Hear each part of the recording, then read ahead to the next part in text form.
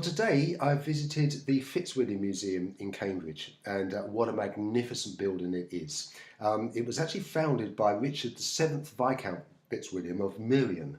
In 1816, he bequeathed to the University of Cambridge his works of art and funds to actually get this whole building going. Now, it actually was finished in, I think it was 1848, and it's been open to the public ever since. It's a wonderful place to visit. It's free. On a Sunday, you actually get a sort of normal performance at around 11 o'clock, a little quartet or something going on. Absolutely wonderful. Now, I was there today to basically look at their lovely collection of armour.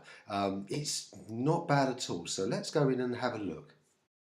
Oh, just look at that. I mean, what a magnificent sight. They do look fantastic, but you can just imagine preparing for battle. Your squire getting you all kitted up like that, and obviously you've been to the toilet first as well. You must be going again afterwards in the middle of the battle. Anyway, let's start with the stirrups. Now, the ones on the left, if you look at the suspension fitting at the top, I mean, that's the sort of thing that you'd actually dig up in a field and wonder what that was. But they're very sort of early 17th century. You can see that in the style. You know, the fashion was just the same as it is now. You follow the fashion, so everything that's made is of that period. To the right, you have two sets of spurs. To the far right, you've got 12th, 13th century. They're called prick spurs, and they would have been pretty vicious. Poor old horse. And you can find parts of these out on the fields. I certainly have. And the ones on the left, by the 14th century, you've got the roll spur coming in, and it's not quite so vicious, and certainly kinder to the horse. So here we have chaperons, three of them, and obviously protection for the horse's head. The one on the left is a late 15th century German one. You can see that. You can see those Gothic chevrons, can't you?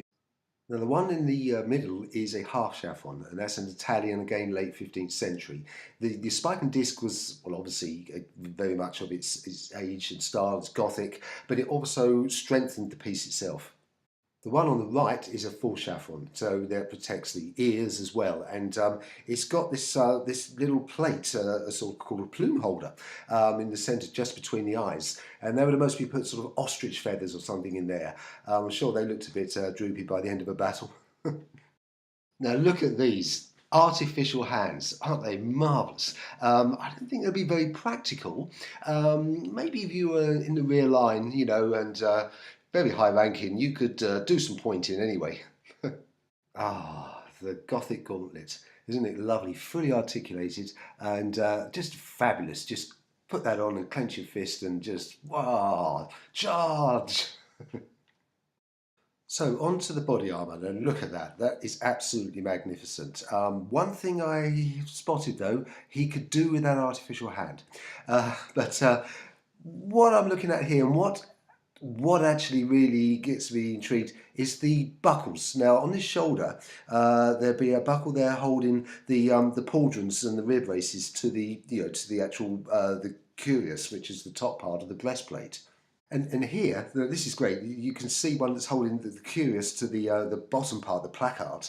And yes, it's a spectacle buckle. That's familiar, isn't it?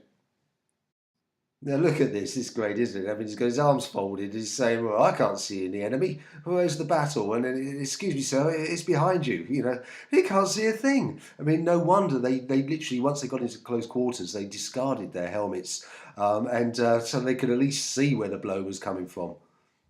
Well, that was the end of my visit, and what a wonderful place. And Cambridge is just a fantastic city, so if you're ever nearby, go to the Fitzwilliam.